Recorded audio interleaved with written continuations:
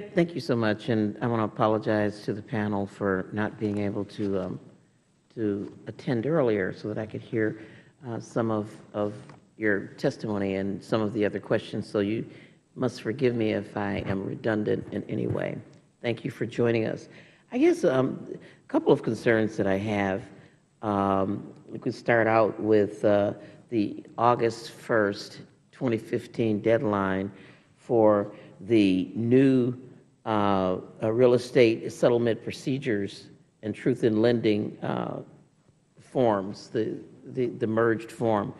I am on a letter with Ms. Maloney to delay implementation of this because there's a concern on the part of many of us that this is just not enough time in the real estate on the real estate season to give them time to really comply with the new requirements.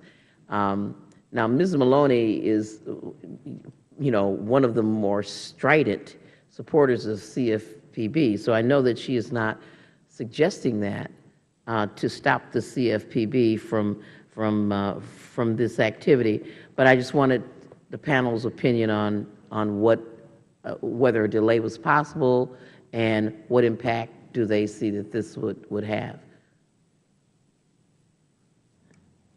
Thank you for your question. I actually had the opportunity to meet with Director Cordray yesterday afternoon, and I posed that very question and urged him to consider a delay in enforcement, a hold harmless period, because we really do need to test this process, test these forms, and make sure that consumers aren't harmed in the transaction.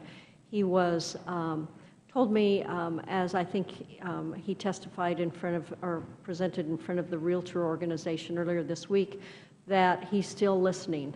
So I think any encouragement from all of you helps further the case that consumers need to be assured that their transactions will move forward as we implement these new forms and this new process. Okay, thank you for that.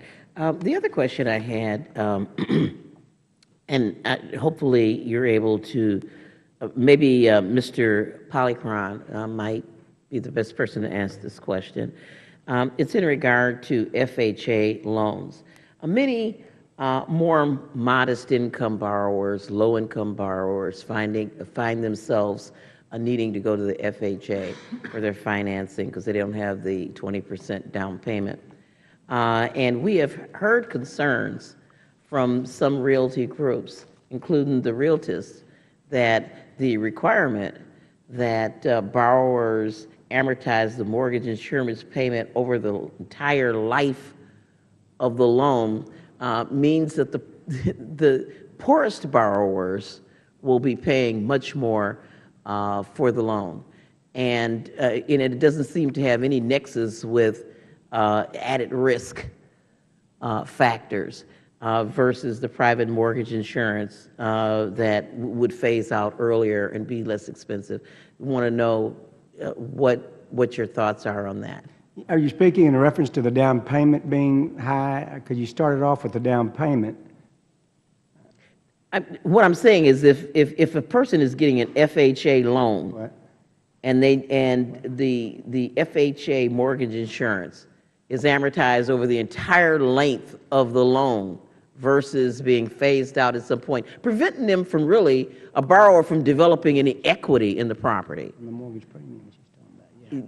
Yeah, okay. And this is a rule that's been put in place, and I'm wondering if this is an unintended consequence in your opinion. Yeah, but some other things happened to perhaps offset that. The mortgage premium was reduced from 1.35 down to 0.85, which lowered the average home that sold through FHA $90, approximately $90 a month.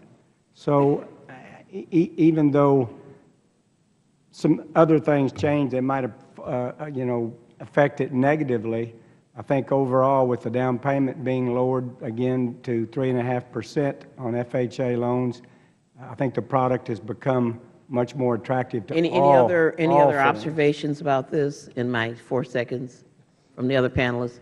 I deal with conventional primarily because of that. We are regulated on the requirement to reduce or take the entire PMI premium out of the transaction at 78%. The FHA, the new rules do have 100% MI coverage for the life of the loan. Yeah, My time has expired. I don't know that I got it answered, but thank you.